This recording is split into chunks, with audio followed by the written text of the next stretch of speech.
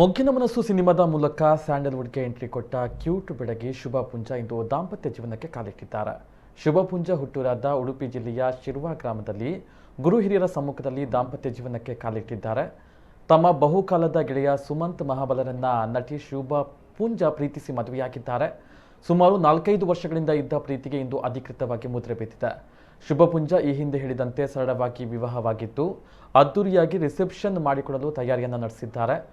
ಇನ್ನು ಶುಭ ಪುಂಜ ವಿವಾಹವಾಗಿರೋ ಸುಮಂತ್ ಉದ್ಯಮಿಯಾಗಿದ್ದು ಜಯ ಕರ್ನಾಟಕ ಸಂಘಟನೆಯಲ್ಲೂ ಸಹ ಗುರುತಿಸಿಕೊಂಡಿದ್ದಾರೆ. ಶುಭ ಪುಂಜ ಅವರ ವಿವಾಹಕ್ಕೆ ಇಡೀ ಸ್ಯಾಂಡಲ್ವುಡ್ ಶುಭ ಹಾರೈಸಿದೆ.